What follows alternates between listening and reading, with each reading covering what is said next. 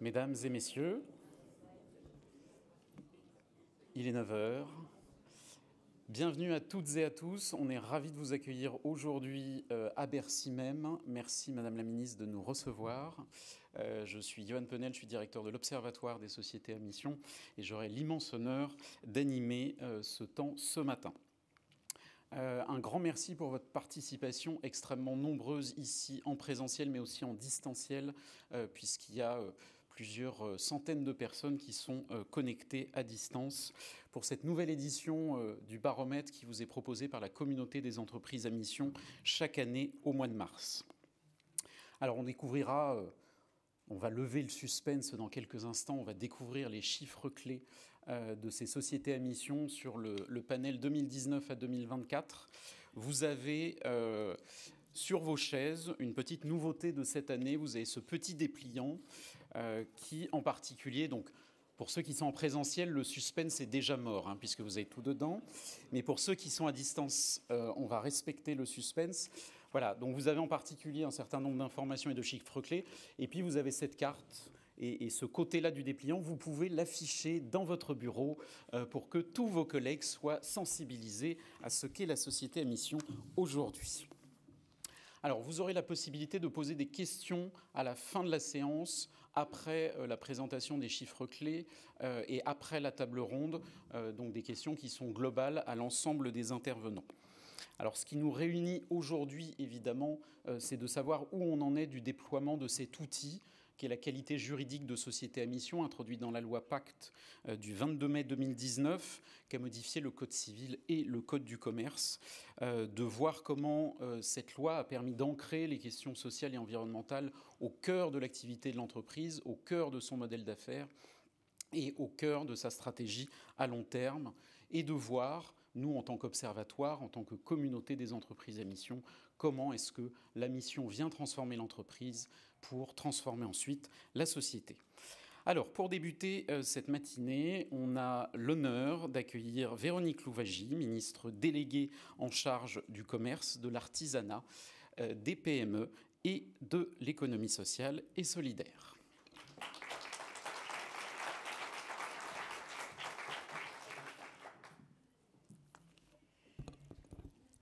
Merci beaucoup, monsieur le directeur de l'Observatoire des sociétés à mission, de votre mot d'accueil. Madame, messieurs les coprésidents de la communauté des entreprises à mission. Mesdames et messieurs les entrepreneurs, chercheurs et partenaires engagés, mesdames et messieurs. C'est avec beaucoup de plaisir que je vous accueille ici ce matin à Bercy pour la présentation du 8e baromètre des sociétés à mission, que ce soit en présentiel ou à distance pour d'autres. Cet événement, c'est l'occasion de prendre la mesure des avancées de ce modèle remarquable qui, année après année, depuis la loi Pacte, s'impose comme un levier pour bâtir une économie plus responsable, une économie plus inclusive et plus innovante. J'ai beaucoup apprécié dans ce cadre l'échange que j'ai pu avoir avec les coprésidents Hélène Bernicot et Guillaume Desnaux, coprésidents de la communauté des entreprises à mission, sur tous ces enjeux liés aux sociétés à mission et au développement du modèle. Les chiffres qui sont présentés ce matin au travers le document qui vous a été remis sont assez édifiants et nous mesurons d'ailleurs que toutes les régions bénéficient d'une augmentation importante des nombres de sociétés à mission, avec un total de 2000 sociétés à mission quasiment recensées, c'est-à-dire, et c'est ça qui est intéressant, important, 3 fois plus qu'il y a 3 ans. 3 fois plus qu'il y a 3 ans. C'est important, c'est une vraie dynamique.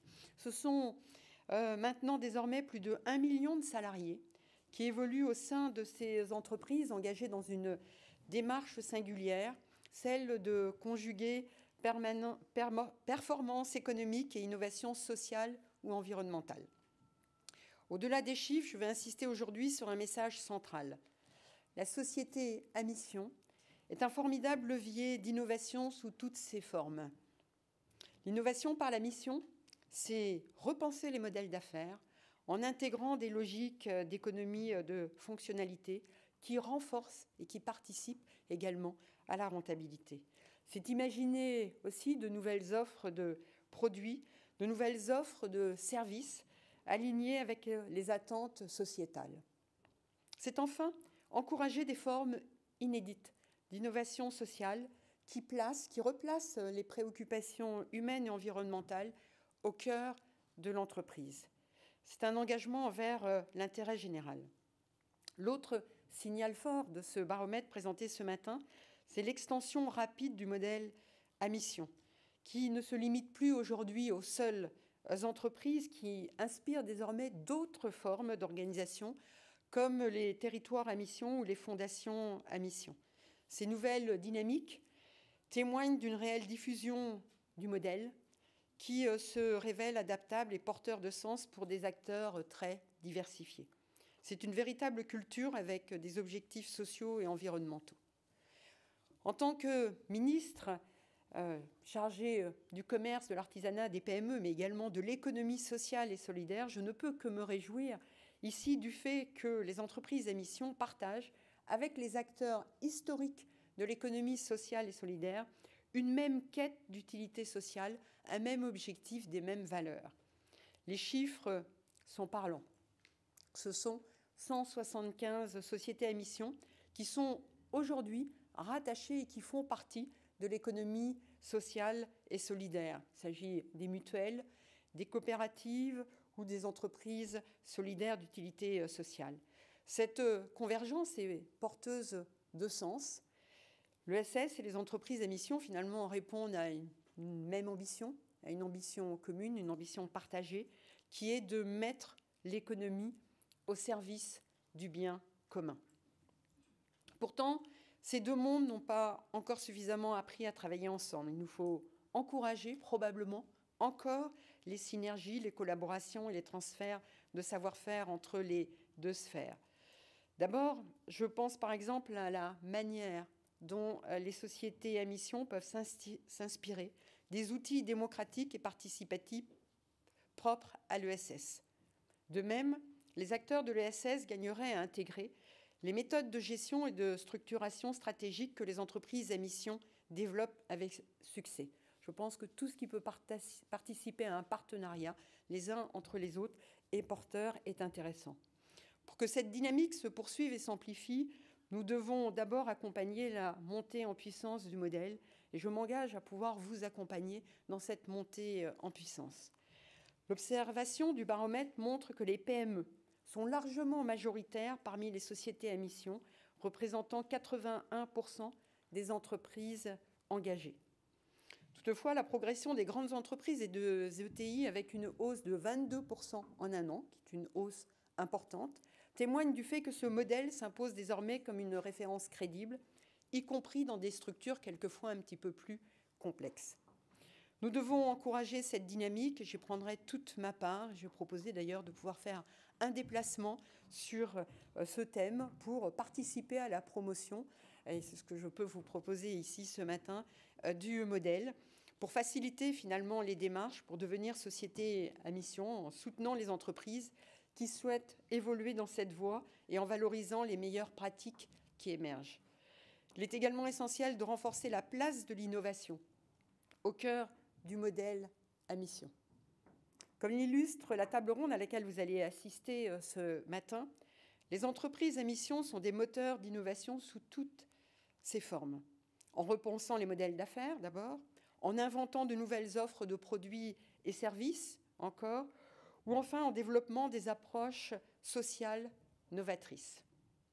Cette dynamique d'innovation doit être encouragée, doit être promue comme un moteur essentiel de compétitivité et un modèle de transformation économique. Enfin, nous devons favoriser le dialogue et les passerelles entre les entreprises à mission et les acteurs de l'ESS. Ces deux univers partagent une même ambition, comme j'ai eu l'occasion de le dire, replacer à chaque fois l'humain et l'environnement au cœur de la stratégie d'entreprise. En encourageant davantage d'échanges et de collaboration entre ces deux mondes, nous pouvons renforcer leur impact positif sur notre économie et sur notre société. L'essor des entreprises à mission est un formidable espoir pour celles et ceux qui croient qu'une autre façon de faire de l'économie est possible. Il est ainsi temps de dépasser les clivages traditionnels entre économie classique et économie sociale et solidaire. Je m'attache, étant ministre à la fois de l'économie conventionnelle et de l'économie sociale et solidaire, à pouvoir le faire à chaque instant, à chaque fois que je peux.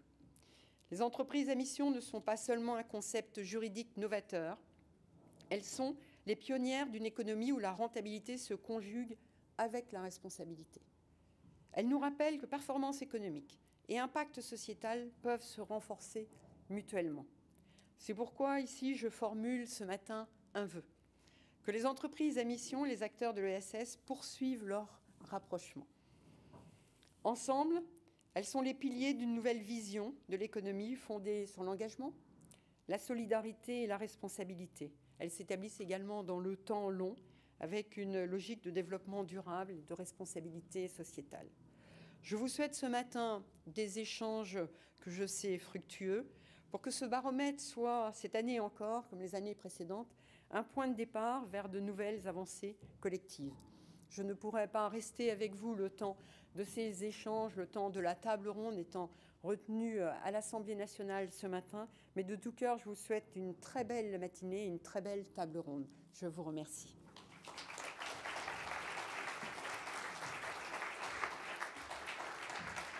Merci beaucoup, Madame la Ministre, pour vos mots, pour vos vœux, évidemment, pour votre appel à des synergies qui sont indispensables pour nourrir cette ambition commune de bien commun. Un grand merci à vous de l'accueil et de votre discours. Et je vais appeler à vous succéder sur scène les deux coprésidents, puisque notre gouvernance de la communauté des entreprises à mission est assumée par un binôme mixte, Hélène Bernicot et Guillaume Desnaux. Merci Johan. J'en profite pour remercier à nouveau Madame la Ministre et son équipe de nous accueillir ici. Je voulais te remercier aussi Johan d'organiser de main de maître avec toute l'équipe de la communauté cette matinée. Et puis surtout vous remercier là d'être ici. C'est super vraiment de vous voir tous là. On a presque, en vous voyant, j'ai presque envie de me dire, mais finalement l'engagement des entreprises, c'est à la mode. C'est un scoop aujourd'hui. On avait commencé à en douter en ouvrant les journaux ces dernières semaines, quand on voit les déclarations tonitruantes outre-Atlantique, les reculs réglementaires au niveau européen. Mais le message, je crois, ce matin qu'on va tous voir, c'est que les déclarations de Trump, elles ne font pas baisser les dangers du changement climatique. Elles ne font pas monter de manière magique les nappes phréatiques dans le sud de la France. Elles ne font pas baisser les primes d'assurance pour toutes les entreprises françaises qui les voient monter face au changement climatique. Donc en fait, la matérialité des transitions, elle est bien là. Et aujourd'hui, les entreprises, même si elles n'y sont pas forcées par la régulation, qu'est-ce qu'elles font? Elles s'adaptent. Et pour s'adapter, elles utilisent les cadres qui sont à leur disposition. Et donc c'est ce qu'on va voir de manière, je dirais, très clair via les échanges et via les chiffres de ce matin. Et donc merci d'être là pour montrer que le backlash, sur le terrain, en fait, il n'est pas là. Il est dans les médias, il est peut-être au niveau politique, c'est vrai, mais c'est une mousse qui est là et qui va, on en est convaincu, disparaître quand on va se rendre compte de la matérialité, de l'adaptation aujourd'hui aux transitions dans les entreprises, sur le terrain, partout en France, à Paris, mais bien au-delà, dans toutes les régions. Bien, merci Guillaume. Bonjour à toutes et à tous. Je suis donc Hélène Bernicot, coprésidente de la communauté des entreprises à mission. Et j'ai le plaisir aussi de diriger Crédit Mutuel Arkea, qui est un groupe bancaire installé dans l'ouest de la France et qui est entreprise à mission depuis 2022. Alors, on est ravis aujourd'hui de vous présenter ce 8e observatoire. Qu'est-ce qui dit cet observatoire? Je crois que la ministre a très bien résumé. 3 sujets. D'abord, ce modèle d'e-marche, il se développe. 2000 entreprises à mission aujourd'hui et on est ravis de le voir, encore une fois, dans un contexte parfois un peu déprimant quand on ouvre nos journaux, comme quoi, quand une loi donne la liberté aux dirigeants, aux entreprises de se saisir finalement de la mise en œuvre, donc une loi qui permet un certain bon sens, un certain pragmatisme, ça fonctionne. Deuxième enseignement, ça fonctionne dans les différents secteurs d'activité, ça c'est un point très important, et en fonction de la taille des entreprises. On n'a pas uniquement des petites entreprises qui se saisissent de ce sujet, au contraire, on a une très belle représentation des ETI et des grandes entreprises. Et puis ça fonctionne partout en France, donc c'est pas uniquement un phénomène, j'allais dire, parisien, c'est effectivement, et pour nous c'est très important, un modèle qui s'adapte dans l'ensemble des territoires de la France.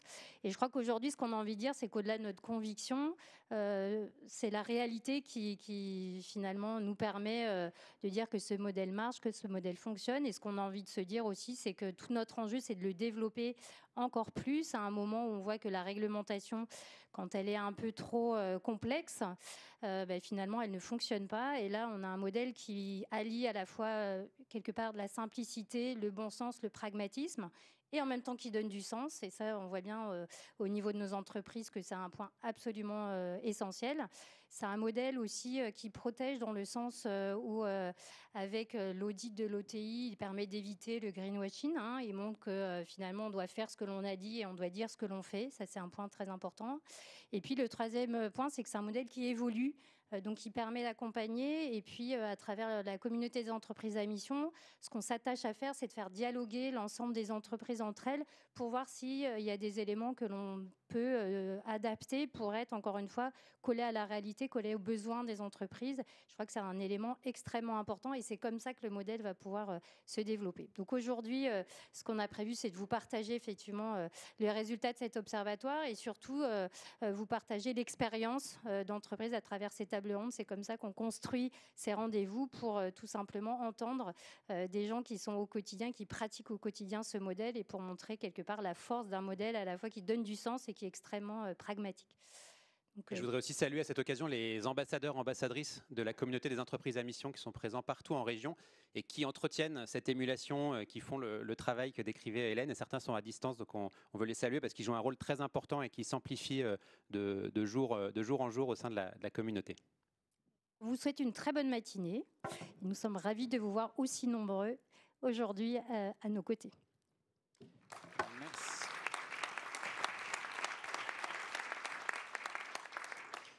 Merci beaucoup Hélène et Guillaume.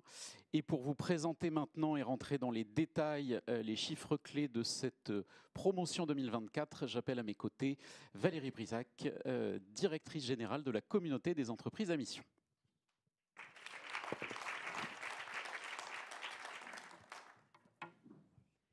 Bonjour à tous, je suis extrêmement ravie d'être là, de vous voir aussi nombreux. Alors même si les chiffres ont un peu été spoilés, on va quand même prendre le temps avec Johan de vous expliquer un peu plus en détail donc nos observations à la fin de l'année 2024. Alors pour démarrer, Johan, peut-être que tu peux nous faire un petit point méthodo, expliquer comment travaille l'Observatoire et comment est établi ce 8e baromètre. Merci Valérie. Donc effectivement, les chiffres qu'on annonce et votre réflexe peut-être tous les matins, c'est de vous connecter sur le site de l'Observatoire pour voir à combien on en est. Et vous avez vu que ce matin, nous étions à 2027. Alors vous allez me dire pourquoi 2027 et pas 1961, qui est le chiffre dévoilé par la ministre. C'est parce que les chiffres ont été arrêtés sur les dates d'Assemblée générale qui ont voté l'adoption de la mission. Au plus tard, au 31 décembre 2024. Donc ça, c'était un premier point. Donc évidemment, notre rôle au sein de l'Observatoire, c'est de passer nos journées à lire des statuts, ce qui est un exercice passionnant parce qu'on y découvre la substantifique moelle de ce que font et de ce que veulent faire les entreprises. Donc effectivement, à la lecture de ces statuts, à la lecture des extraits CABIS, on vient intégrer les nouvelles entreprises à mission au sein de notre observatoire. Et donc, encore une fois, je le rappelle, c'est la date de vote en Assemblée générale qui compte, ce qui fait que au gré des dépôts des statuts, évidemment, ce chiffre sera amené à augmenter dans les mois qui viennent. Et nous passons maintenant, Valérie, aux détails de ce chiffre annoncé par la ministre. Donc, à fin 2024, on comptait donc 1961 sociétés à mission. Donc, c'est 376 de plus que l'année dernière. Donc, ce chiffre a doublé en 2 ans, triplé en 3 ans. Donc, on est clairement sur une dynamique qui est là, qui se maintient et qui est, on dirait, pérenne. Donc nous, on est effectivement ravis de ces chiffres. À noter, effectivement, c'est que ce chiffre 1961 est amené à augmenter au fil des éléments que l'on va recevoir. Donc c'est un plancher. Ce qui est intéressant à noter, c'est que compte tenu du contexte de l'année dernière, un peu compliqué au niveau économique, au niveau politique, on se demandait comment allait allait se terminer l'année. Et en fait, voilà, on est sur le même flux, la même dynamique que l'année dernière. Donc ça, c'est quand même très, très positif. Comme on disait, il n'y a pas de recul.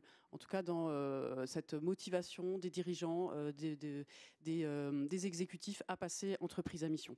Et ce qui est intéressant aussi à noter, c'est qu'on a cherché à un peu analyser cette promotion 2024 dans ses caractéristiques. Et ce qui était très frappant, c'est de voir qu'en fait, elle avait la même caractéristique que le stock, l'ensemble des autres sociétés à mission. Donc on est sur une dynamique vraiment qui est là, qui d'année en année se maintient et qui construit donc cette communauté d'entreprises à mission, donc avec des diversités que l'on va pouvoir détailler maintenant.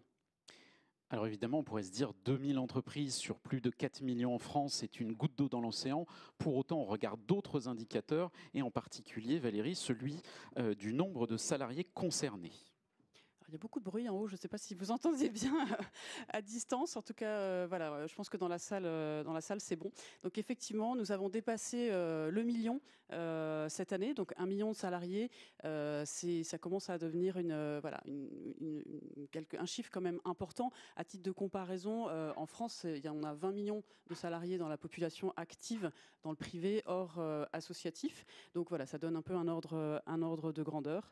Donc là, pareil, ce chiffre aussi risque d'évoluer un petit peu au fil des statuts que l'on va recevoir. Donc, par exemple, sur la promo 2024, qu'est-ce qui a contribué à cette augmentation? On a par exemple l'entreprise NGE Transition avec 23 000 salariés, le groupe Holder, plus de 2 000, Keolis Lyon, presque 5 000 salariés, Domidep, 3 000, et le groupe Duval à 6 000 salariés. Donc, ce sont quelques-unes des ETI, des grosses PME qui ont contribué à ce chiffre. Alors, au niveau en fait, finalement de la diversité des entreprises, ce qui est absolument frappant, c'est de voir, comme on disait tout à l'heure, il n'y a pas un type d'entreprise à mission, c'est vraiment au travers de toute l'économie, au niveau de la taille, des secteurs et donc de la typologie. Donc peut-être qu'au niveau des tailles, Johan, tu peux expliquer un petit changement cette année? Tout à fait. Alors si vous êtes des habitués de ce rendez-vous du mois de mars avec la publication des baromètres, on a un changement cette année de référentiel, puisque jusque-là, on ne tenait compte que du nombre de salariés dans la classification des entreprises. Et à partir de ce 8e baromètre, on passe sur la classification INSEE qui tient compte des 3 critères, nombre de salariés, bilan et chiffre d'affaires. Donc sur ces chiffres, évidemment, les progressions sont calculées sur les mêmes critères qu'on a réactualisés pour les années précédentes. On ne triche pas avec les chiffres. Donc ce qu'il y a à tirer de ces chiffres, et la ministre l'a rappelé, c'est d'un côté, évidemment, l'ultra-majorité des sociétés à mission sont des PME, et essentiellement, vous le voyez dans le focus en dessous, des PME de moins de 10 salariés. Pour autant, quand on regarde les grandes entreprises et les entreprises de taille intermédiaire, elles ont une surreprésentation dans la dynamique des entreprises à mission, puisque à L2, elles sont plutôt autour de 2% dans l'économie française. Et là, vous le voyez, on est plus quasiment à 20% de l'ensemble des sociétés à mission. Donc voilà, il faut toujours avoir ce regard, ça s'adresse à tout le monde, mais on compare avec le reste de l'économie française. Alors, autre critère, évidemment, c'est la question de la date de création. Et là-dessus, Valérie, on a toujours également cette question de la diversité. Oui, alors moi, c'est une donnée que j'aime beaucoup et je trouve qui est très parlante. C'est qu'en fait, l'entreprise à mission, les entreprises natives ou toutes jeunes, tout comme les plus anciennes, finalement, l'adoptent. Donc, c'est ça que je trouve particulièrement touchant. C'est-à-dire que cette année, on a des entreprises, par exemple, comme Daman, frère, qui a plus de 100 ans, qui est devenue entreprise à mission. Mais on a également 54% des entreprises à mission qui ont moins de 5 ans, donc qui sont plus jeunes que la loi Pacte. Donc c'est vraiment cette polarisation qui est intéressante. Et globalement, chaque année, dans chaque promo, on a à peu près un tiers d'entreprises qui sont mission native, donc qui ont été créées à mission ou qui sont devenues à mission dans les 6 mois suivant la création. Donc on voit bien que finalement les entrepreneurs aujourd'hui quand ils créent une entreprise, ils se posent évidemment la question de l'objet social, de leur utilité, et une grande partie en fait, décide de les créer nativement à mission. Donc la moyenne d'âge des entreprises à mission, c'est 12 ans, avec une médiane à 5 ans. Donc on voit bien voilà, cette polarité entre les plus anciennes et les plus récentes. Alors on a quand même la plus ancienne, hein, qu'on aime beaucoup, c'est la Poste, hein, qui était donc créée en 1477. Donc ça, voilà, on aime beaucoup ce genre d'anecdote. Merci Valérie. Alors la ministre l'a rappelé, un élément important, c'est la question des territoires. On pourrait croire que les sociétés à mission, c'est un truc de francilien, et absolument pas. Oui, alors vous voyez dans la carte de France la répartition des sociétés à mission, donc les 1961. Aujourd'hui, l'Île-de-France est minoritaire. On a un peu moins de 43% d'entreprises à mission qui sont en Île-de-France. Alors ça reste une surreprésentation par rapport, on vous a mis tout en dessous au camembert, c'est la répartition des entreprises en France, où en Île-de-France on a 21%. Donc c'est l'endroit où sont situés les sièges sociaux, hein, des entreprises. Donc les entreprises à mission sont un peu plus majoritairement franciliennes que leur part dans l'économie française, mais cette part tend à diminuer. Et on voit bien en fait que toutes les régions se sont appropriées le modèle. Donc ça montre vraiment l'ancrage de ce modèle dans tous les territoires. Donc là aussi, je fais un clin d'œil à nos chers ambassadeurs qui parlent de ce modèle, qui sont liés aux territoires, aux collectivités territoriales, aux différents réseaux d'entreprises, et qui parlent de l'entreprise à mission localement. Et aussi un clin d'œil au Pays de la Loire, parce que c'est le seul département dans lequel il y a une surreprésentation des entreprises à mission par rapport à leur part dans l'économie française.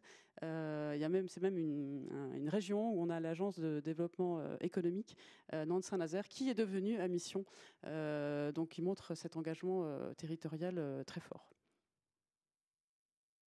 Alors au niveau des secteurs d'activité, Johan, qu'est-ce que tu peux nous expliquer ? Eh bien, comme Valérie le rappelait tout à l'heure, on est sur une photographie qui est fidèle à ce qu'a été ce panorama des sociétés à mission jusque-là, avec une prédominance du service dans une définition très large.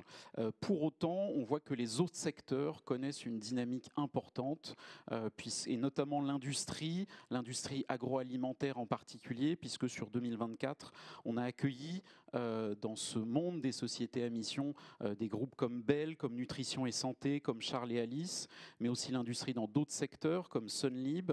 Et puis souligner des dynamiques particulières, en particulier dans l'immobilier, dans les offices HLM, où on a eu beaucoup de sociétés à mission qui se sont déclarées, en particulier toutes les filiales du groupe Habitat en région. Et puis, on peut citer aussi d'autres groupes comme Altin ou comme la Compagnie des architecteurs pour montrer qu'on va vraiment toucher tous les secteurs, toutes les typologies d'entreprises. Oui, c'est d'ailleurs une dynamique que l'on vit au sein de la communauté, parce qu'on a créé des cercles de partage d'expériences, et on a créé récemment des cercles par secteur d'activité pour justement que toutes les entreprises à mission de ces secteurs partagent leurs bonnes pratiques, et ce qui illustre ces dynamiques en fait sectorielles. Alors sur d'autres angles, en fait, on a voulu aussi cette année mettre en lumière d'autres manières de parler d'entreprise à mission. Donc par exemple, Johan dans l'ESS. Qui était un sujet évidemment cher à la ministre, et elle l'a rappelé, il y a une convergence naturelle entre le monde de l'économie sociale et solidaire et les sociétés à mission, une complémentarité sur des sujets qui vont de la gouvernance au partage de la valeur, en passant par le contrôle et l'évaluation.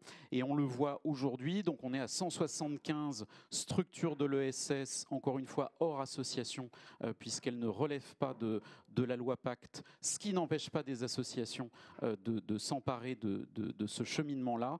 Donc on est à 175 structures aujourd'hui, dont 39 qui ont le label ESUS d'entreprise solidaire d'utilité sociale. Alors, autre complémentarité avec, par exemple, le label Bicorp. Aujourd'hui, on a 160 sociétés à mission qui sont aussi labellisées Bicorp. C'était 99 l'année dernière. Donc, on voit bien qu'il y a une forme de convergence, de complémentarité entre ces deux dynamiques. Voilà, Bilab, qui est, même je vois dans la salle, avec qui donc, on travaille et avec qui on échange sur nos bonnes pratiques.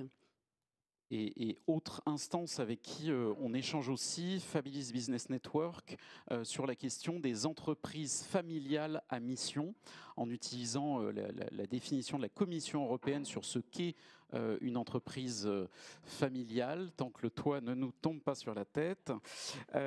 Donc en partenariat avec FBN, voilà ce chiffre d'une 50aine aujourd'hui d'entreprises familiales à mission, et on poursuivra les travaux avec FBN pour approfondir ce sujet-là.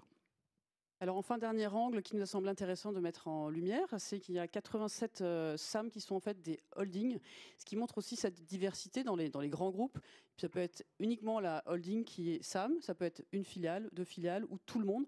On voit bien que c'est un modèle qui est aussi un peu à géométrie variable. En tout cas, voilà, c'est pas parce que vous êtes une holding que vous ne pouvez pas devenir société à mission, bien au contraire. Voilà, donc pour vous rappeler, donc pour ceux qui sont présents dans la salle, vous avez sur votre petit dépliant un QR code qui vous envoie directement sur la version complète du baromètre. À distance, vous pouvez d'ores et déjà vous connecter sur le site de l'Observatoire des sociétés à mission, puisque le baromètre est en ligne depuis que nous sommes ensemble à 9h. Vous y retrouvez le détail de tout ce qu'on vient de vous présenter, et en particulier des focus, un focus sur les sociétés à mission qui en sont déjà à leur deuxième vérification OTI avec ces témoignages-là, et puis sur le côté recherche, et ça nous fait la transition avec l'intervention suivante, et bien la question du portrait des comités de mission, qui sont ces nouveaux organes qui ont été créés à travers la loi Pacte et qui viennent enrichir bien la vie de la mission au sein de l'entreprise.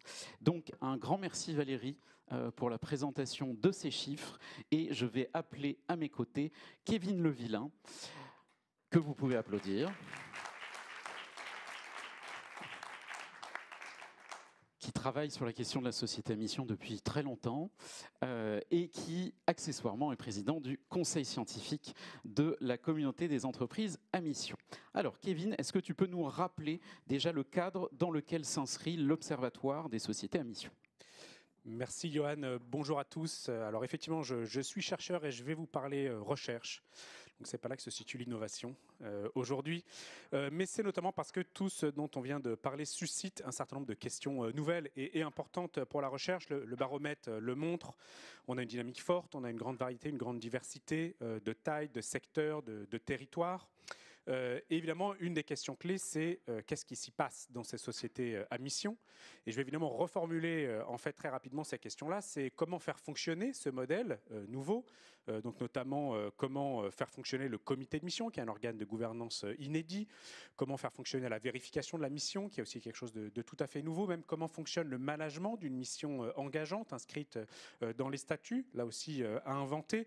Et puis évidemment, quels effets ça peut avoir sur le travail, sur l'actionnariat. Donc toutes ces questions auxquelles s'ajoute le cadre aussi qu'évoquait Guillaume tout à l'heure en introduction, à savoir ce dilemme aujourd'hui qui devient de plus en plus prégnant sur la responsabilité et la durabilité de l'action des entreprises, avec la question qui est est-ce que finalement ce modèle produit la nouveauté qu'on attend dans la gouvernance des entreprises. Donc là-dessus, l'Observatoire, c'est un outil fantastique de collecte de données, d'interface avec les entreprises, mais c'est aussi une ambition de suivre, une ambition de caractériser ce mouvement, une ambition de le diffuser.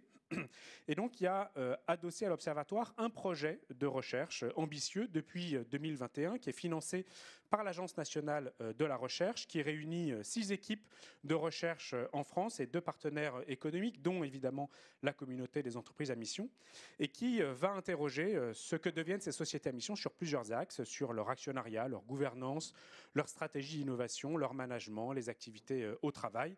Et la bonne nouvelle, c'est que oui, la société à mission, ça produit de la nouveauté.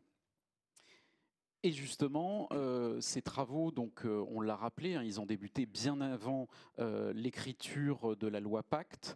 Et ces travaux, ils se sont interrogés sur l'articulation entre la société à mission et la question de l'innovation. Oui, effectivement, la capacité d'innovation des entreprises, c'était au cœur des motivations de la recherche pour une nouvelle forme juridique. Alors, je ne vais pas rentrer dans le détail théorique, mais vous me permettrez un tout petit détour abstrait. Pour aller très vite, si vous voulez, d'un côté, l'entreprise, ça existe parce que ça invente. Bon, on peut le démontrer historiquement sur l'histoire de la naissance de l'entreprise, mais si vous voulez, on peut le dire plus simplement, la façon dont on se nourrit, dont on se soigne, dont on communique, dont on se déplace, etc., une grande partie de ce qui nous entoure provient à un moment de l'activité de conception, de recherche, de développement de l'entreprise. Et aujourd'hui, c'est évidemment une capacité d'innovation qui peut être déterminante face à nos enjeux contemporains, dans ses effets positifs comme dans ses effets négatifs, d'ailleurs.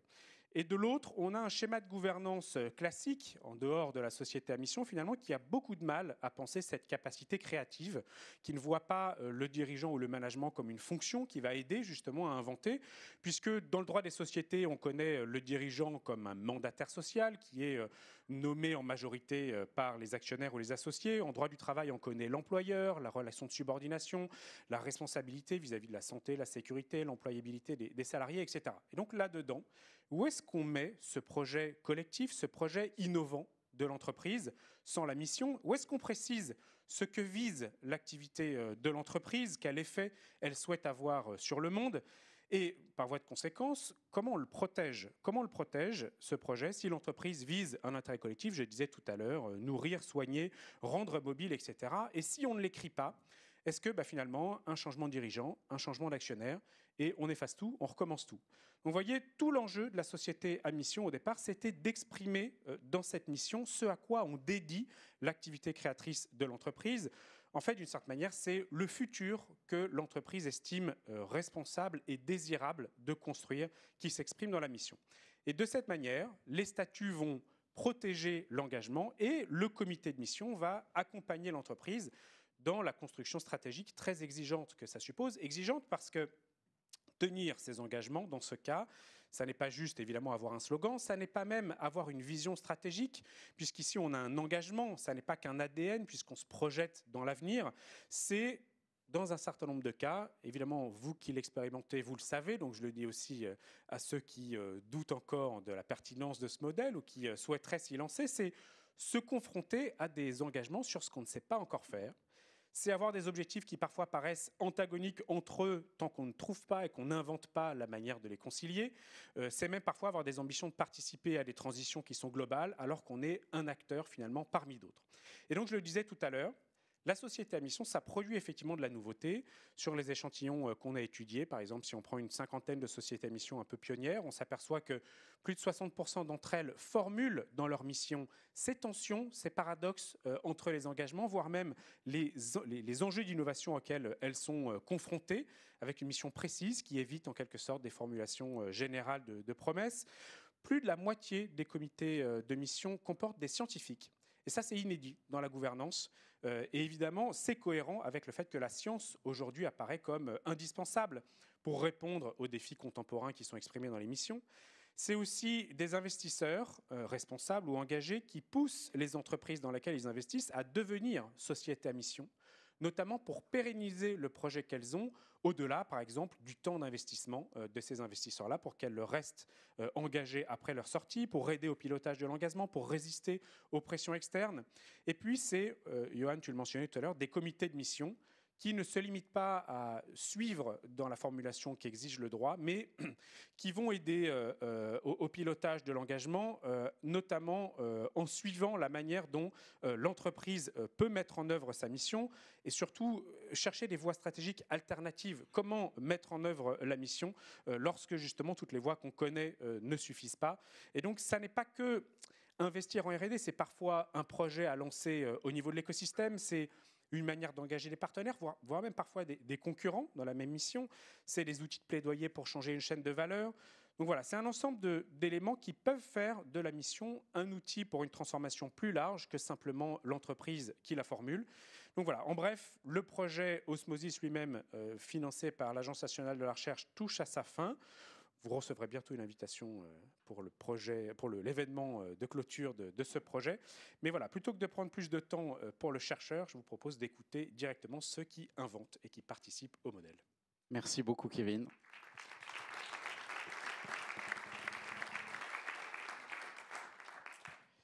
Et donc justement, on va passer à cette table ronde. Et pour animer cette table ronde, eh bien, je vais appeler sur scène Alain Schnapper, cofondateur de la communauté des entreprises à mission. Il en est vice-président aujourd'hui. Alain, la parole est à toi. Merci beaucoup, Johan. Eh bien, sans plus attendre, je vais demander à mes acolytes de bien vouloir venir me rejoindre sur scène, que je vous en prie.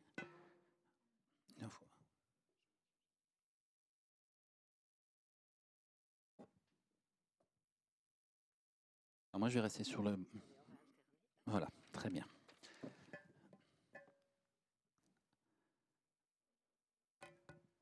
Alors, j'ai le plaisir d'accueillir 3 dirigeants de 3 entreprises qui sont évidemment en société à mission et qui ont été choisis pour avoir un échantillon d'une start-up, d'une ETI et d'une grande entreprise. Et donc, je vais tout de suite vous les présenter. D'abord, juste à ma droite, Catherine Lescure, qui est donc directrice Impact et Communication d'Enedis. Bruno Ademar, qui est fondateur et président de Sublime Énergie. Et enfin, Evelyne Barbereau, qui est co-gérante d'une entreprise GPA. Je vais les laisser dans un instant présenter leur entreprise. Juste avant, je voudrais, pour introduire un petit peu cette discussion, souligner que par un hasard, et je vous jure que c'est un hasard, puisqu'encore une fois, les 3 entreprises avaient été sélectionnées sur des critères comme ça de représentativité de taille, il se trouve qu'elles sont aussi représentatives de 3 types de missions qu'on peut identifier. Tous les détails de ces types seront disponibles début juin dans le guide pratique de la société à mission qui sortira à cette date. Je le signale en passant, je fais un petit peu de publicité.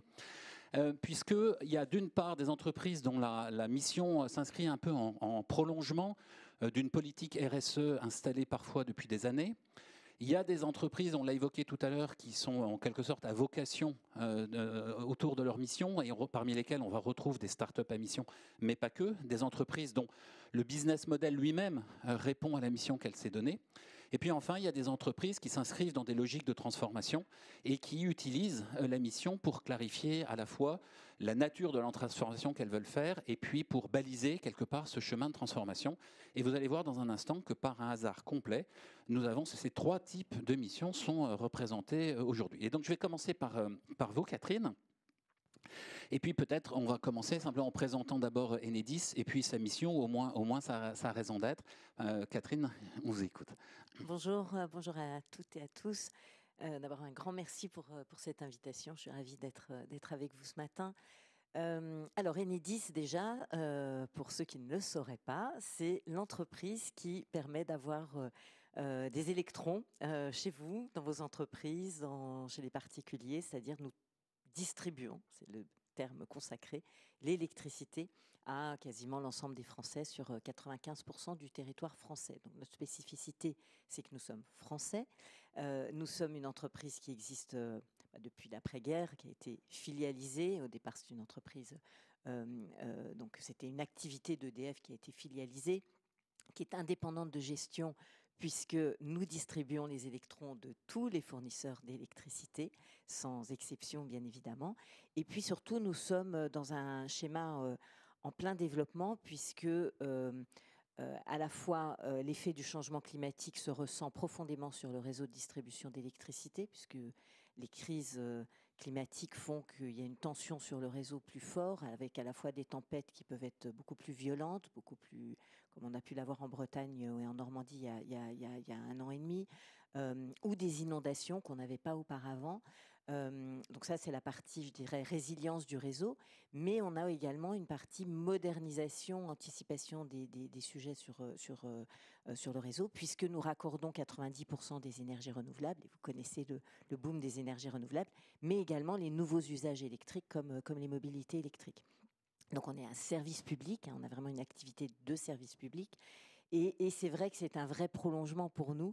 Je le disais en préparant à Alain, il n'y a pas eu un grand soir à Enedis de dire d'un seul coup on devient entreprise à mission. En fait, on a, je dirais, dans notre ADN cette volonté d'agir pour tous de façon, de manière vraiment indifférenciée pour l'ensemble des Français. Ce qui nous a fait devenir entreprise à mission, c'est l'idée qu'il faut qu'on aille un peu plus loin, et notamment sur des enjeux environnementaux, c'est aussi d'expliquer à nos salariés, d'expliquer à nos parties prenantes ce que nous faisons finalement pour la société. Et le fait de devenir entreprise à mission, c'est vraiment un moment où on peut, une occasion de remettre en perspective ce qu'on fait dans une vision environnementale, sociale et sociétale. Et ça, c'est, je dirais, assez fort. Alors, notre raison d'être, on a d'ailleurs beaucoup bénéficié des conseils de la communauté des entreprises à mission quand on y travaillait. Donc, on est devenu entreprise à mission il y a maintenant 2 ans, à peine 2 ans, mais on y a longtemps travaillé. Et donc, sur notre raison d'être, on a décidé d'avoir une raison d'être qui est très explicite sur ce qu'est notre activité. Donc, on n'a pas voulu avoir un slogan, on a voulu vraiment redire ce qu'est l'entreprise Enedis et à quoi elle sert. Et donc, notre raison d'être, c'est agir pour un service public de la distribution d'électricité innovant, performant et solidaire, et c'est de raccorder la société aux défis collectifs d'un monde durable. Donc, vous voyez, une raison d'être qui est assez longue, mais en même temps qui rassemble finalement l'ensemble des activités d'Enedis. Et c'est ça qui est très fort, d'ailleurs en interne, c'est que chacun s'y retrouve parce qu'en fait, ça explicite notre modèle. Et nos 5 raisons d'agir, qui sont nos 5 objectifs de mission, découlent vraiment de ça, autour de l'environnement, de l'électricité, des territoires, puisqu'on est une entreprise de territoire, du respect et du collectif. Donc, c'est vraiment ça qu'on a voulu faire en devenant entreprise à mission, Alain. D'accord, donc on comprend bien que votre passage en société à mission s'est inscrit un peu dans une forme de continuité. Mais est-ce que vous pourriez du coup nous donner un petit peu des exemples de choses que vous faites peut-être différemment depuis que vous êtes société à mission, en tout cas des exemples d'innovation ou de manière différente de faire? Alors déjà, la première chose, c'est qu'on fait beaucoup plus savoir ce qu'on fait. Et notamment à l'interne. Le sujet, pour nous, est, bon, évidemment, à l'externe, c'est important de dire les choses, mais en interne, c'est aussi redonner de la fierté aux salariés sur l'ensemble de ce qui est déjà fait. Effectivement, on avait déjà des engagements RSE très forts, mais donc ça nous permet de les remettre en visibilité. Peut-être un des sujets qu'on a vraiment tiré en devenant entreprise à mission, bon, on a évidemment une ambition de réduire notre empreinte carbone, et on a un scope 3 qui est en augmentation du fait de ces nombreux chantiers, à la fois pour moderniser le réseau, mais aussi pour raccorder, ce que je vous disais tout à l'heure, les énergies renouvelables et la mobilité électrique. Et on s'est dit que là, il y avait peut-être quelque chose à faire sur les chantiers. Et donc, on a lancé des chantiers qui s'appellent les chantiers bas carbone. Et on y travaille donc avec les collectivités locales, avec tous nos partenaires de la filière et notamment des travaux publics, puisque quand on fait un chantier, en général, on excave des terres. Et ce que vous ne savez peut-être pas, c'est que 100 millions de tonnes de terre sont chaque année ressorties. Alors, pas que par Enedis, je vous rassure, mais par l'ensemble des acteurs, sont excavées et ensuite elles sont amenées ailleurs, alors qu'elles pourraient être réemployées. Et ça permet de réduire environ 50% l'empreinte carbone des chantiers. Donc c'est juste énorme. Et donc on a décidé, donc on a commencé à faire des expérimentations dans quelques régions. Et puis on a décidé, en devenant entreprise à mission, que c'était quelque chose qu'on allait suivre et qu'on a d'ailleurs mis dans les objectifs de chacune de nos directions régionales. On s'était fixé pour l'année dernière d'avoir 700 chantiers, un peu plus de 700 chantiers bas carbone dans toute la France. On en a réalisé 1100. Ça vient d'être audité puisque nous venons d'avoir notre premier rapport d'audit réalisé. Et on est en train de rentrer dans une dynamique et ça nécessite beaucoup de discussions avec les collectivités locales parce que souvent, leur schéma d'urbanisme ne prévoit pas ça, ne prévoit pas de réutiliser, de réemployer la terre une fois qu'elle a été sortie, remise finalement. Et donc, c'est un énorme chantier qu'on est très fiers de porter et qui tire toute la filière avec nous, notamment la filière des travaux publics. Donc ça, c'est un exemple sur le volet plutôt environnemental. C'est un bel exemple. Je souligne le côté un peu. Ça marche parce que si on arrive à faire fonctionner une espèce d'écosystème local entre les pouvoirs publics et vos prestataires, puisque c'est pas vous qui faites les chantiers. Exactement. Et donc effectivement, là, on a parlé environnement et peut-être peut-on évoquer d'autres thèmes, peut-être des enjeux plus sociétaux que vous traitez également. Exactement. Alors on a vraiment l'ambition parce qu'on est un acteur important qui travaille avec vraiment un écosystème très large, d'emmener avec nous, de porter avec nous l'ensemble de nos acteurs. Donc, sur ce même sujet de l'environnement, on a créé une feuille de route de mission avec nos prestataires industriels. Donc ça, c'est très nouveau et je trouve que c'est assez innovant finalement dans la façon de faire parce que ça fait grandir tout le monde en même temps. Donc on se donne des objectifs communs mais qui vont être suivis régulièrement. Et puis sur l'aspect plutôt social, sociétal, on a un enjeu très très fort de recrutement dans l'ensemble des métiers de la filière des réseaux électriques. Donc nous, Enedis, mais aussi RTE, et avec nous, tous les industriels qui créent de l'emploi. Et il y a aujourd'hui pas suffisamment de jeunes qui sont formés à nos métiers. Et donc on a décidé de lancer ce qu'on appelle les écoles des réseaux de la transition énergétique pour fédérer finalement l'ensemble des besoins que nous avons et développer avec l'éducation nationale des classes en bac pro et en BTS qui amènent les jeunes vers nos métiers. Et ensuite, on les reçoit, nous, en alternant, nous, l'ensemble des entreprises de ce collectif, et de façon à les emmener vers nos métiers, à féminiser aussi ces métiers. Donc ça, c'est un enjeu. Et on a plus de 100 lycées qui sont déjà partenaires au bout de 2 ans de cette démarche. Donc ça permet vraiment de former des jeunes à ces métiers qui sont des métiers absolument passionnants. Et on voit d'ailleurs que l'entreprise à mission, ça donne envie aux jeunes de rejoindre parce qu'on a déjà des candidats qui nous disent « je candidate parce que vous êtes entreprise à mission ». Donc voilà, ça a aussi un effet très vertueux, je trouve, vers l'externe. Merci beaucoup Catherine de cet exemple. Encore une fois, on voit que, et c'est pas un hasard, ce sont des actions qui mobilisent au-delà du périmètre de l'entreprise et c'est souvent des choses qu'on retrouve avec les entreprises à mission. Alors maintenant, je vais me tourner vers Bruno. Bruno, est-ce que vous pouvez nous présenter Sublime Énergie et sa mission ? Oui, bonjour et merci pour l'invitation. Je suis vraiment ravi d'être là. Sublime Énergie, déjà, on est la première entreprise à mission en fait, à avoir été immatriculée en France. Et je vous parle parce que justement, j'ai créé la société en 2019, juste après la loi Pacte. Et je ne serais pas en train de vous parler, je pense, s'il n'y avait pas eu la création des entreprises à mission. Sublime Énergie, on fait de la valorisation de biogaz, de méthanisation agricole, avec un nouveau modèle. Donc on est doublement innovant, on va y revenir. Dans la technologie qu'on met en œuvre, la technologie, elle est issue de l'école des mines. Je ne sais pas savoir qu'effectivement, et la techno et le business model, parce qu'on est innovant aussi sur le business model, vient du fait que j'ai quitté l'entreprise que j'avais, dans laquelle j'étais avant, qui était l'entreprise du nucléaire, pour retourner sur les bancs de l'école et créer Sublime Énergie. Donc on crée un troisième modèle de valorisation de biogaz de méthanisation et pour aller chercher en fait la biomasse qui est en petite quantité, loin des réseaux, dans les fermes de petite dimension, et pour démocratiser la méthanisation à la ferme. Et donc ça, notre raison d'être, que je vais pas écorcher, c'est contribuer à la nécessaire évolution écologique, sociale et énergétique des territoires par le développement de la production et de la valorisation de gaz renouvelables bas carbone en remplacement de leurs équivalents fossiles. Donc l'idée, c'est bien mettre les carburants fossiles au musée, on va dire, pour la partie mobilité lourde. Il n'y aura pas de la biomasse pour tout le monde, malheureusement. Mais c'est un moyen de décarboner la mobilité lourde. Ça, c'est, on va dire, notre premier objectif statutaire. On en a 3.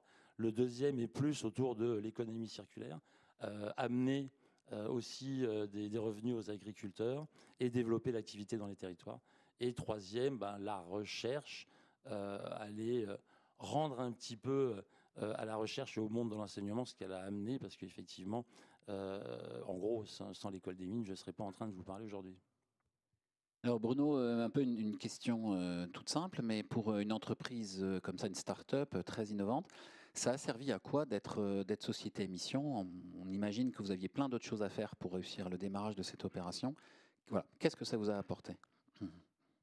Comme je l'ai dit, ça a déjà apporté le fait que j'ai créé Sublime Énergie.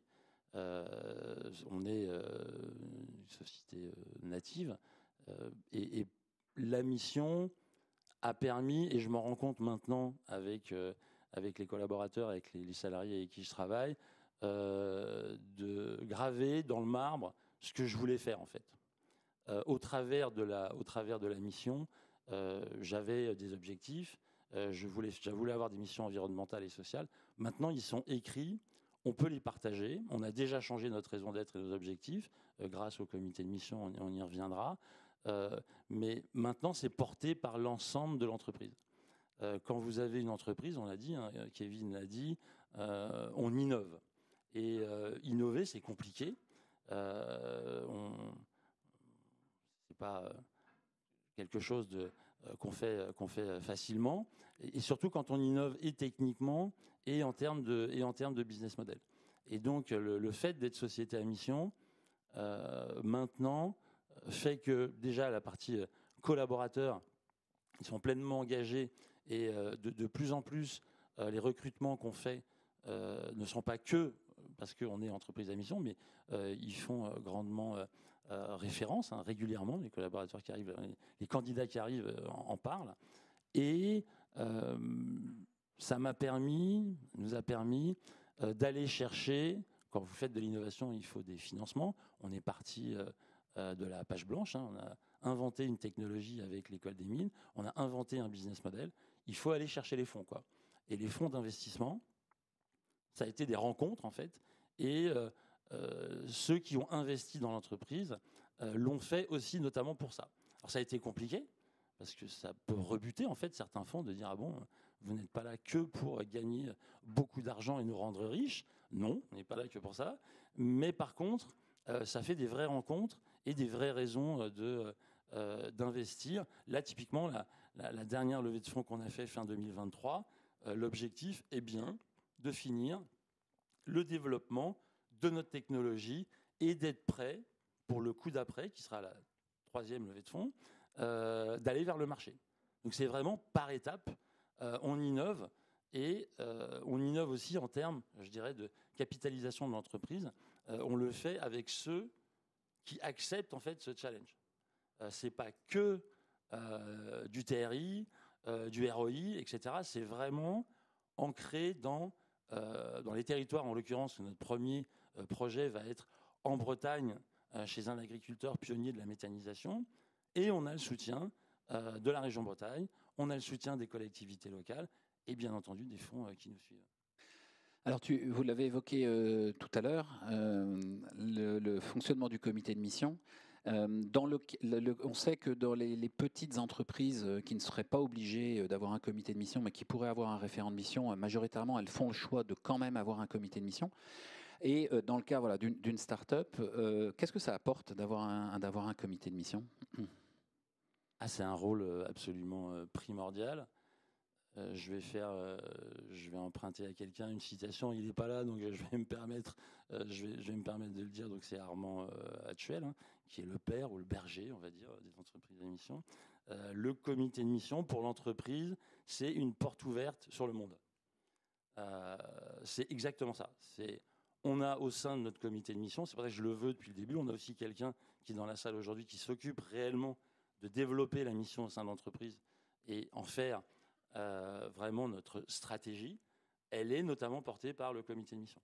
Le comité de mission, c'est lui qui reformule, notamment en termes assez clairs, comment notre raison d'être, comment nos objectifs peuvent être traduits en stratégie. Il y a un lien fort avec les administrateurs, avec le conseil de surveillance. J'aime bien cette image aussi de la gouvernance à trois, la gouvernance de l'entreprise, en gros la direction de l'entreprise, les actionnaires, évidemment très important, et les parties prenantes, et donc le comité de mission. Et donc ça reflète une bonne partie de nos parties prenantes, et ils travaillent à faire grandir l'entreprise. Notamment, on a deux personnes dans le comité de mission. Une qui est agricultrice, qui travaille aujourd'hui avec nous à définir le cahier des charges des agriculteurs, des paysans qui demain vont travailler avec nous. On va pas développer la méthanisation pour faire perdurer une agriculture qui ne serait pas là encore en 2040 ou 2050. Il va falloir qu'on écrive quels intrants, comment on veut fabriquer notre biogaz. On travaille avec une agricultrice pour ça, qui est dans le comité de mission. Et puis, autre chose, on a parlé des audits. on est dans notre deuxième audit. On est une société à mission native, donc je dis on est parti de la page blanche. On est sur le chemin, pas de la mission, mais on est sur le chemin de l'impact en fait. Et important, pourquoi je parle de ça dans le comité de mission, c'est qu'on a quelqu'un aussi qui travaille avec nous dans le comité de mission, qui travaille sur ce sujet-là, qui dit il faut pouvoir reconnaître, alors on parlera peut-être pour la loi Pacte 2, il faut pouvoir reconnaître ça, c'est-à-dire en complément, il y a un chemin vers l'impact. Quand vous travaillez une technologie, que vous ne produisez pas de gaz renouvelable, c'est compliqué d'aller dire que vous allez éviter du CO2. Quand vous n'achetez pas de biogaz à des agriculteurs, c'est compliqué de dire que vous allez ramener un revenu supplémentaire. Par contre, c'est notre objectif. Et donc ça, c'est important de le reformuler. On l'a reformulé au sein du comité de mission pour avoir une forme acceptable, compréhensible. D'accord. Merci beaucoup Bruno de ces explications. Peut-être en une petite minute, une dernière question. Tu as 1 minute. Qu'est-ce qui se passe après? Comment aller au-delà de la société à mission? Aller au-delà, maintenant que tout ça est dans nos statuts, qu'on a écrit les choses, maintenant il faut les compter. Donc pour moi, j'ai parlé de levée de fonds. Donc la première levée de fonds, j'ai vraiment mis en avant ce qu'on faisait en termes de modèle de mission, de chemin vers l'impact. Là, maintenant, il va falloir concrétiser. Et donc, on va passer à la comptabilité triple capital. Sujet CSRD, c'est pas exactement ça, mais avec de la double matérialité. Et donc, ça, on est en train de le mettre en place. Donc, la suite, c'est mettre en œuvre notre stratégie et aller vers la comptabilité triple capital qui, pour moi, est absolument indispensable. Si on ne change pas la façon de compter, si on compte que, définitivement, toujours que l'argent et la partie financière et économique, ça va être compliqué de faire une révolution écologique et sociale. Merci beaucoup Bruno. Et puis en passant, on voit bien le lien où on emploie de plus en plus le mot impact, mais finalement, ceux qui savent vraiment parler d'impact, ce sont les sociétés à mission, dans la mesure où fondamentalement, l'impact, c'est l'effet qui est recherché par la mission. Et donc les entreprises qui veulent avoir de l'impact ont besoin de se doter du cadre juridique de la société à mission. C'était un message en passant. Evelyne, est-ce que vous pourriez commencer par nous parler un petit peu de GPA et de sa mission? Bonjour à tous et puis merci pour l'invitation. Nous, notre métier, nous sommes recycleurs d'automobiles. En fait, nous sommes dans la Drôme. C'est une entreprise familiale. Ce sont mes parents qui avaient créé cette affaire dans les années 60. C'est ce qu'on appelait à l'époque la casse automobile. Je ne sais pas si vous avez l'image de la casse automobile avec une maison et des champs et des voitures accidentées tout autour. Voilà, GPA a démarré là. Aujourd'hui, GPA, nous sommes sur un site de 24 hectares. Nous avons une usine de 17 000 m², une usine de démontage qui a ouvert en décembre 2019. Nous sommes 300 salariés. Nous sommes implantés également à Angers et nous ouvrons une deuxième usine à Pont-Sainte-Maxence dans l'Oise en juillet prochain. Voilà, donc aujourd'hui, l'entreprise réalise 80 millions de chiffre d'affaires. Voilà, donc nous sommes dans une phase de transmission entre la deuxième et la troisième génération. Nous sommes 10 de la famille actuellement à travailler ensemble. Alors, quelle est la mission de GPA? Alors, notre raison d'être aujourd'hui, c'est recycler les mobilités en un futur désirable et solidaire. Et je dirais, dans cette raison d'être, il y a tout GPA, en fait, aujourd'hui. Détaillez-nous un petit peu, quand vous dites qu'il y a tout GPA. En fait, quand j'ai entendu parler de l'entreprise à mission, je me suis dit tout de suite, c'est pour nous, en fait. C'était une façon, nous avons discuté bien sûr en famille, mais c'était une façon d'inscrire GPA dans un temps long. Et également dans cette phase de transmission entre deuxième et troisième génération, ça nous semblait important. Et puis également d'inscrire dans le marbre vraiment les valeurs qui nous animent. Et ces valeurs sont la boussole du développement de l'entreprise. Voilà, ça c'est quelque chose qui nous tient à cœur, c'est vraiment dans l'ADN. Ce sont des valeurs que nos parents nous ont transmises et que l'on veut vraiment continuer à perpétuer même sur les autres sites. Voilà. Avant d'être entreprise à mission, nous faisions déjà beaucoup de choses. Quand on a ouvert l'usine en 2019, par exemple, on a construit l'usine avec au centre, vraiment, c'était très important de mettre l'humain au cœur de la construction. C'est-à-dire que dans cette usine, par exemple, il y a de la lumière naturelle partout. Vous avez des poutres en bois pour amener de la chaleur. On a fait travailler un collectif de street art qui a amené de la couleur partout. Il y a des espaces de détente. il y a une salle de sport, il y a le jus d'orange frais le matin, c'est des petits détails, mais c'est extrêmement important. Il y a un terrain de pétanque, il y a une salle de jeu. Tous les collaborateurs qui sont dans les bureaux, ils ont des bureaux assis, debout, pour être à l'aise, pour pouvoir travailler dans de bonnes conditions. Nous avons beaucoup travaillé également sur les sujets environnementaux. Donc, bien avant de passer entreprise à mission, nous avons 4 hectares de panneaux photovoltaïques qui permet de fournir en électricité les communes de Livron et de Loriol. Nous avons travaillé avec le territoire sur ces sujets-là. Depuis un an, nous sommes passés site industriel à énergie positive. Nous avons installé une éolienne bipale de 32 mètres, ce qui nous permet d'être en autoconsommation pratiquement. Et nous travaillons beaucoup aussi sur la récupération des eaux usées. Tous nos camions, on expérimente le XTL. Tout ça, c'est pour travailler, avoir un impact, travailler sur tout ce qui est les sujets environnementaux. Mais au-delà de ça, j'ai l'impression que, au moins à partir de 2019, vous êtes engagé avec cet investissement dans cette usine, dans quelque chose qui vous a amené de la casse telle qu'on se l'imagine tous au métier que vous faites.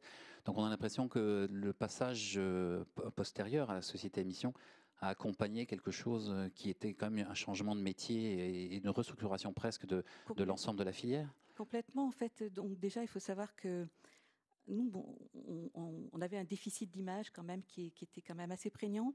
Et pour recruter, c'était extrêmement compliqué. Recruter des talents qui viennent à Livron, dans la Drôme, travailler dans une casse auto, c'était pas facile. Passer entreprise à mission, c'était aussi une façon de communiquer, de se mettre dans ce cadre vertueux.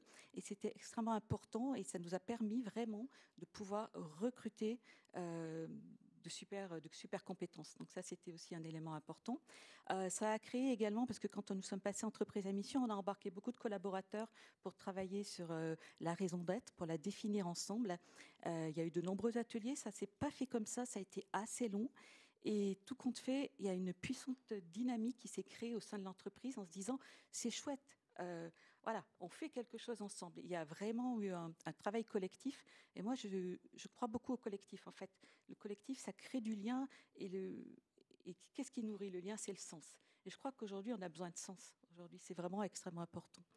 Et puis, on parle d'innovation, mais c'est vrai qu'on innove tout le temps. Cette usine, elle existait nulle part ailleurs. On a innové.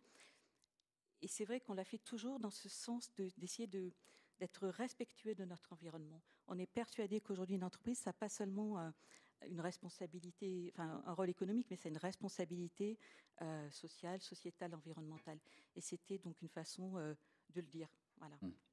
Et est-ce que l'ensemble de la filière, donc la récupération automobile, a été comme ça impacté par les changements que vous avez faits? Est-ce que vous avez un rôle un peu pionnier dans l'ensemble de la profession? Oui, alors nous avons été le premier recycleur automobile à être entreprise à mission. Donc voilà, pour nous, c'était aussi une façon de le faire savoir à nos partenaires, parce qu'en fait, notre métier, c'est de collecter des véhicules en fin de vie sur tout le territoire français auprès de nos partenaires assureurs. Donc on appelle ça des véhicules en fin de vie. Ce sont des véhicules accidentés que nous allons chercher aujourd'hui sur tout le territoire français. Nous avons plus de 30 camions, ce sont des porte-neufs qui vont chercher ces véhicules. Et travailler avec des compagnies d'assurance, c'était aussi se démarquer voilà, pour avoir ces conventions.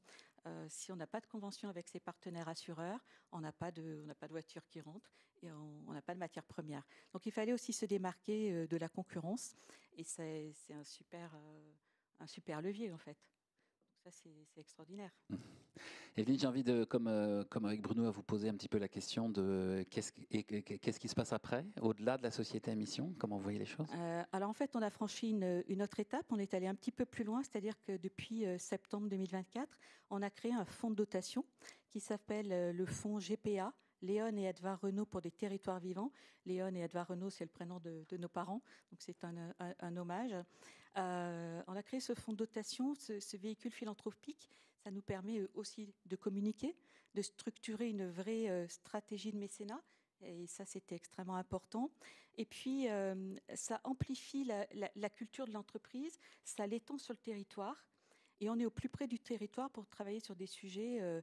Donc nous, nos sujets, c'était la solidarité, l'insertion, c'était la cause animale, la protection de l'environnement et puis également la diffusion de la culture.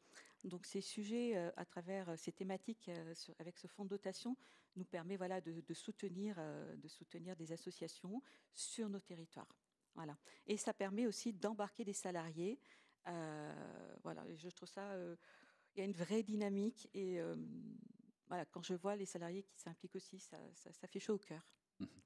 Merci beaucoup. Merci à vous trois de cet échange et de ces beaux témoignages. Je crois qu'on a un petit temps de questions-réponses.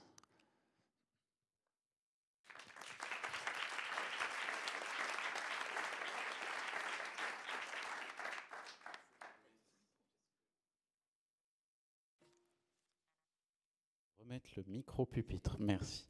Merci à tous les trois et à Alain pour l'animation. Donc, comme on vous l'avait dit, on a ce temps de questions-réponses, à la fois évidemment aux trois intervenants, et on va commencer par les questions aux trois intervenants. Si vous êtes à distance, n'hésitez pas à poser vos questions sur le chat, on a déjà des questions, donc on vous donnera la parole. Est-ce que déjà dans la salle, il y a une question à nos trois intervenants, et puis on passera après à des questions générales si vous en avez sur ce baromètre. Bonjour, merci de cette table ronde qui vient enrichir encore toutes les belles expériences que la SEM a partagées avec les sociétés à mission et celles qui veulent le devenir. Moi, j'avais une question pour Madame Barbero. Quand vous avez formulé votre raison d'être, j'ai bien remarqué que vous avez parlé de mobilité et non pas de voiture. Donc je me demandais si vous aviez pour volonté de vous élargir au-delà de la voiture et si c'était la réflexion sur la raison d'être et le fait de devenir société à mission qui vous avait fait identifier ces évolutions. En fait, nous recyclons effectivement des véhicules, des 4 roues, mais aussi des 2 roues. Et puis, on commence à recycler des camions et du matériel agricole. Voilà. Donc, on est dans ce cheminement. Et lorsque nous rentrons une convention auprès d'un partenaire assureur, souvent, on nous propose d'autres contrats, notamment les 2 roues. Voilà. On va passer à une question à distance. Et après, vous inquiétez pas, on essaiera de jongler entre le distanciel et le présentiel. Alors, on a une question à distance de Julie Pajol qui s'adresse à Catherine. Catherine, merci pour votre témoignage. Comment avez-vous travaillé avec vos prestataires pour construire la feuille de route de votre mission? Merci beaucoup. Alors, à disposition pour échanger avec la personne qui pose cette question. On a vraiment créé un club des prestataires et des fournisseurs d'Enedis.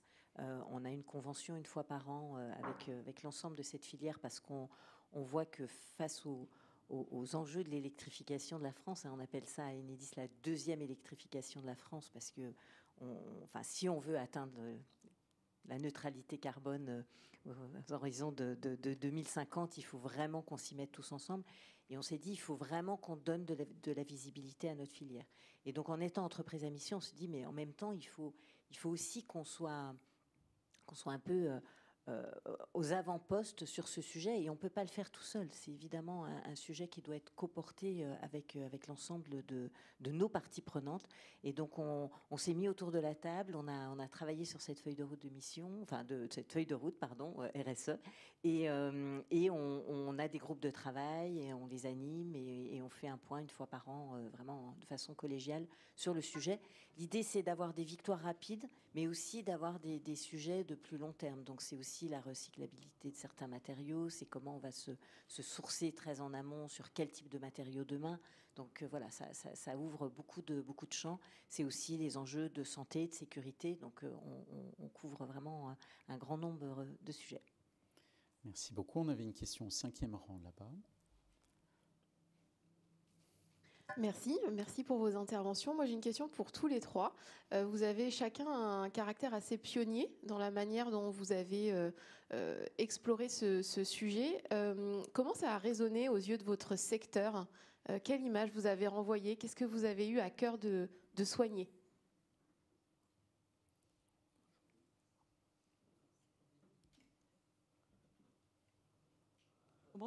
Alors j'y vais.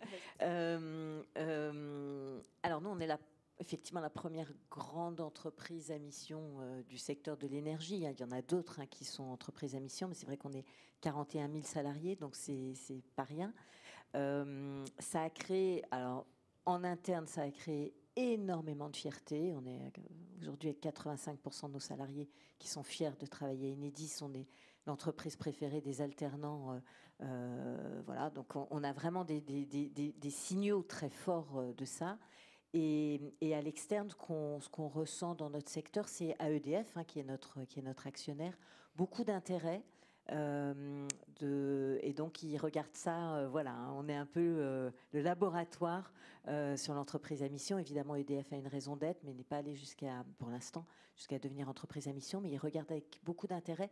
Et notre conseil de surveillance, dans lequel il y a notamment l'actionnaire EDF, mais il y a aussi l'État qui est représenté, suit vraiment avec beaucoup d'attention ce que nous faisons, et j'espère vraiment que ça va donner envie à d'autres entreprises du secteur de rejoindre la communauté. Pour nous, c'était une vraie façon de se démarquer de la concurrence. Et bon, aujourd'hui, on sait qu'il y a d'autres confrères qui arrivent, qui vont passer entreprise à mission.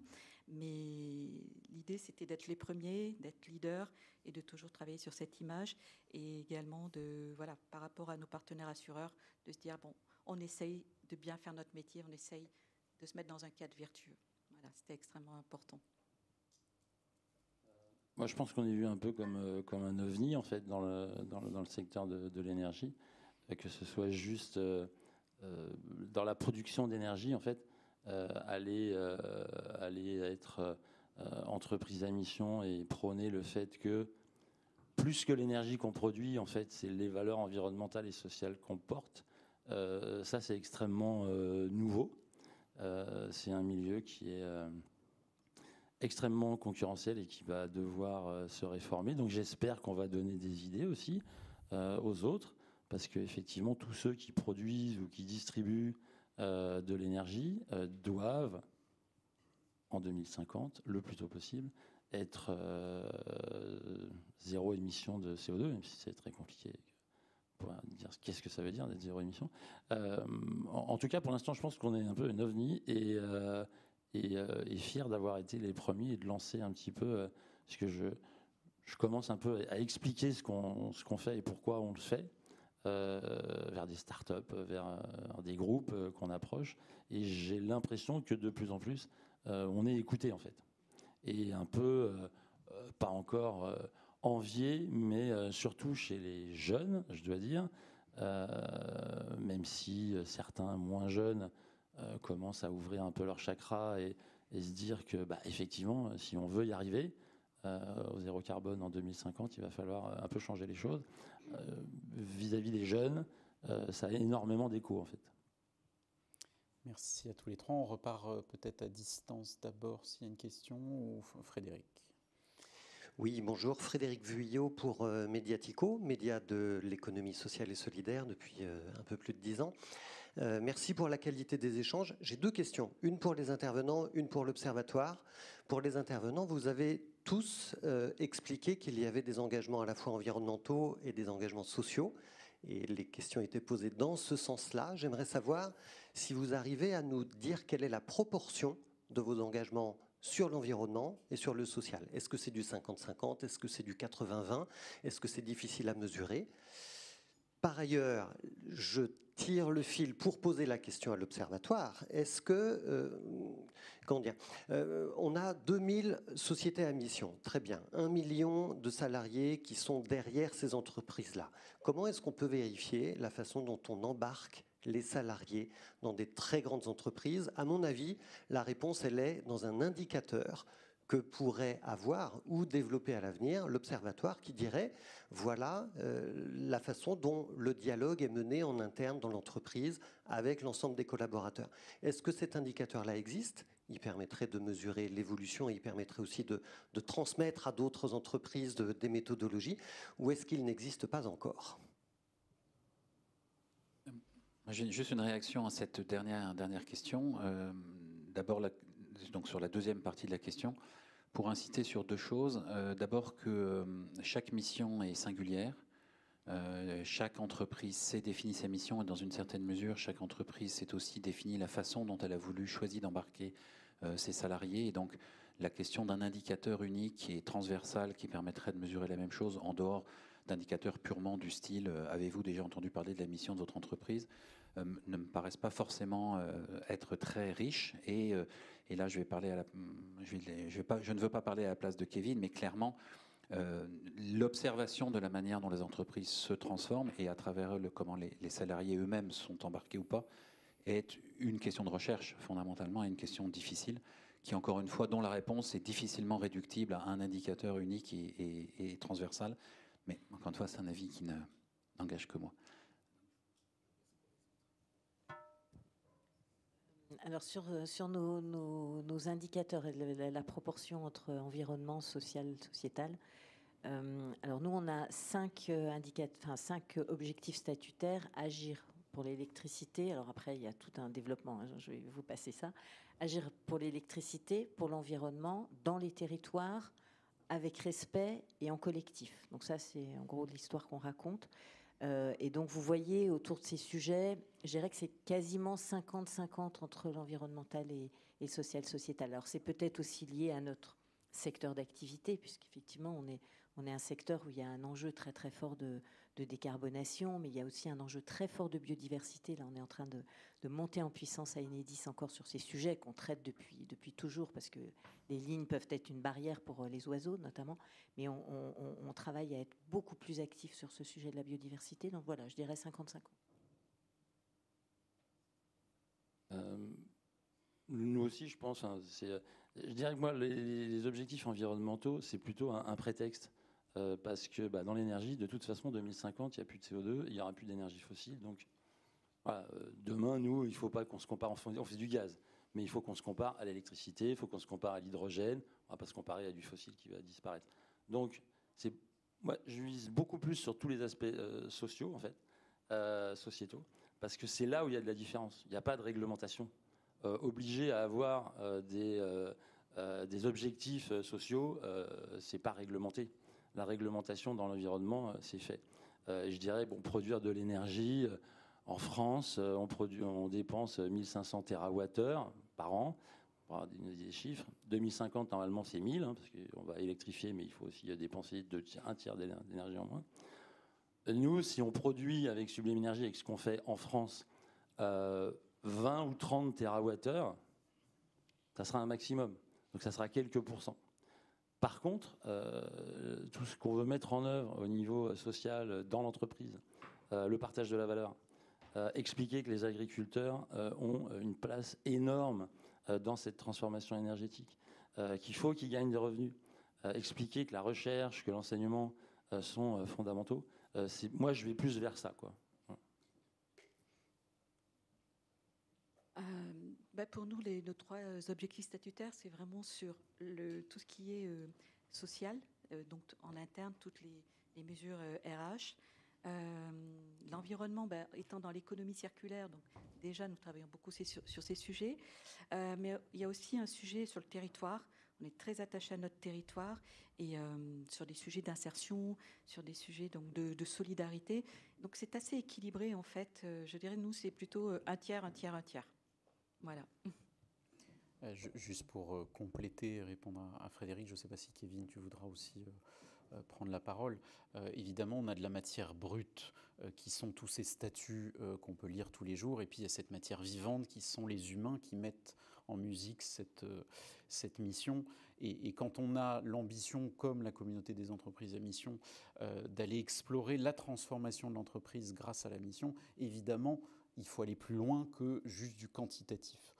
Et aujourd'hui, dans le projet qui est piloté par Kevin, évidemment, il y a ces questions-là du management, il y a toutes ces questions où on va plus loin, mais ça prend plus de temps et d'autres logiques que d'incrémenter un compteur tous les matins.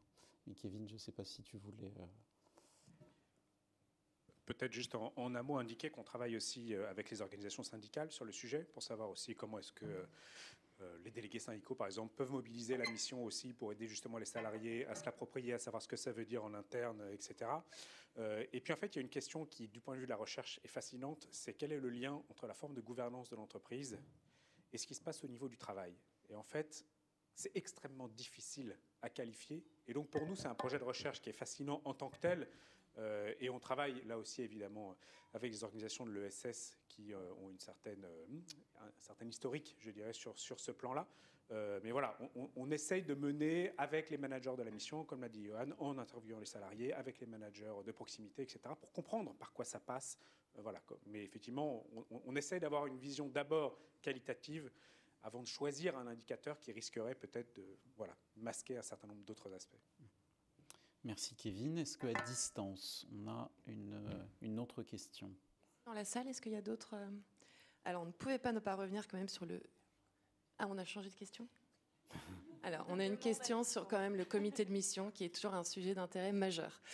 Pour nos 3 intervenants, quels sont les premiers tours que vous pouvez faire ici sur la composition, l'animation et l'engagement de vos comités de mission respectifs? Je me relance. Alors, d'ailleurs, je vais rejoindre mon comité de mission tout à l'heure. Donc, dès qu'on a terminé. Donc, notre comité de mission, il est composé de 12 personnes, représentant à peu près toutes nos parties prenantes. On a 2 représentants internes. Un représentant qui a été choisi par les salariés à partir d'une candidature déposée de façon volontaire. Et on a un représentant des organisations syndicales. Et ça va tourner tous les 2 ans. Donc là, on va être à la fin de notre premier mandat. Donc voilà, on va avoir un nouveau représentant des organisations syndicales très prochainement. Et sinon, des représentants de la société civile. On se réunit 4 fois par an.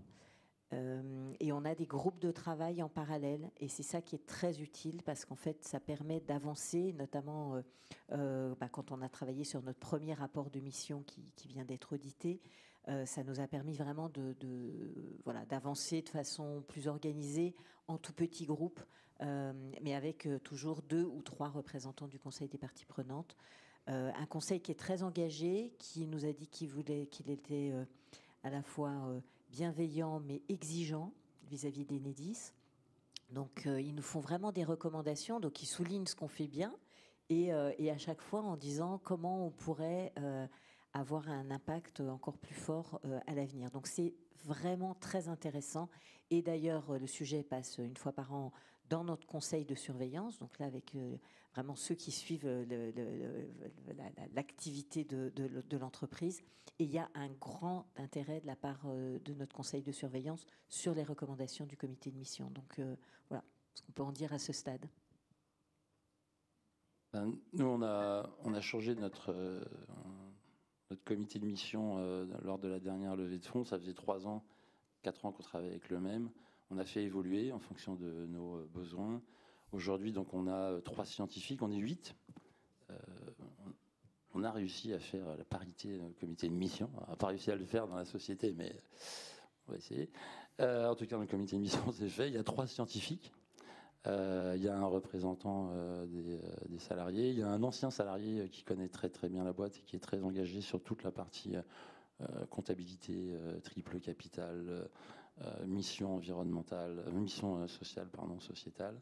On a une agricultrice, comme j'ai dit, donc qui est fondamentale dans le modèle qu'on veut mettre en œuvre. Une personne qui est très engagée sur, je dirais, la durabilité, l'impact de la recherche. C'est-à-dire que quand on fait de la recherche, on met souvent en avant combien ça va rapporter. Enfin, quand on a un budget dans toutes les universités ou toutes les écoles, il y a toujours quelqu'un qui réfléchit à combien ça va coûter en argent, rarement à ce que ça va amener en termes d'environnement et de social. Elle travaille à ça, faire en sorte d'avoir une recherche la plus responsable possible. C'est elle qui est à l'origine en fait de ce chemin vers l'impact, comment on y arrive. Et puis quelqu'un qui a bossé très longtemps dans cette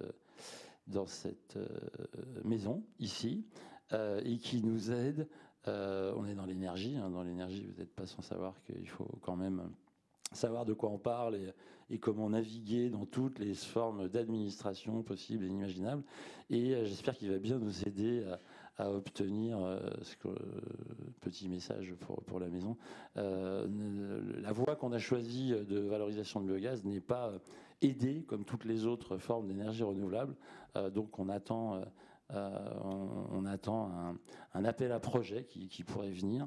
Et donc, pour conclure, en fait, le comité de mission, c'est pas toutes nos parties prenantes, mais en tout cas, c'est toutes les parties prenantes qui, en ce moment, nous sont vraiment utiles pour aller vers, parce que je dis, on développe une techno, hein, donc aller vers le premier de série et vers le marché du mieux possible, quoi. Parce que quand même si on a des missions environnementales et sociales, il faut bien trouver son marché, il va bien faire trouver de l'argent. On n'a jamais fait de chiffre d'affaires encore, très très peu.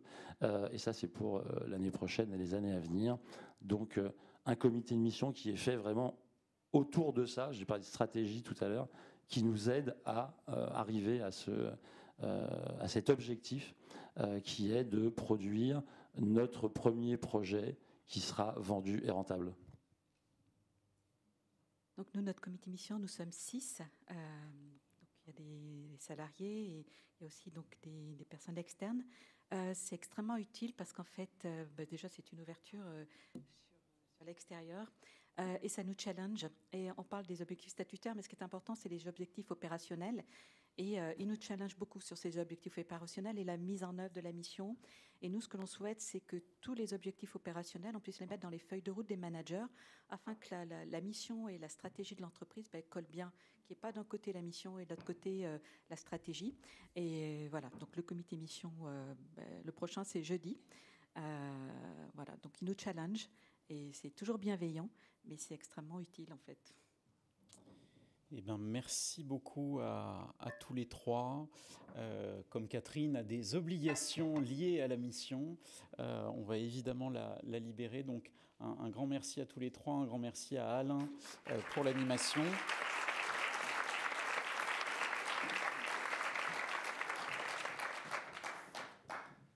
Et pour conclure, j'appelle Valérie pour le mot de la fin.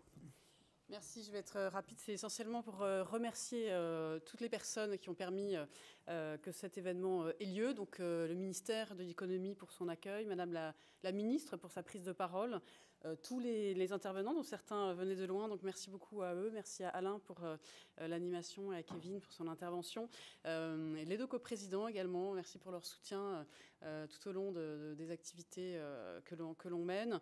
Merci également aux partenaires académiques du projet Osmosis. Évidemment, les 2027 sociétés à mission qui montrent ce chemin très enthousiasmant. Merci surtout à mon équipe formidable qui a permis cet événement d'être parfaitement organisé.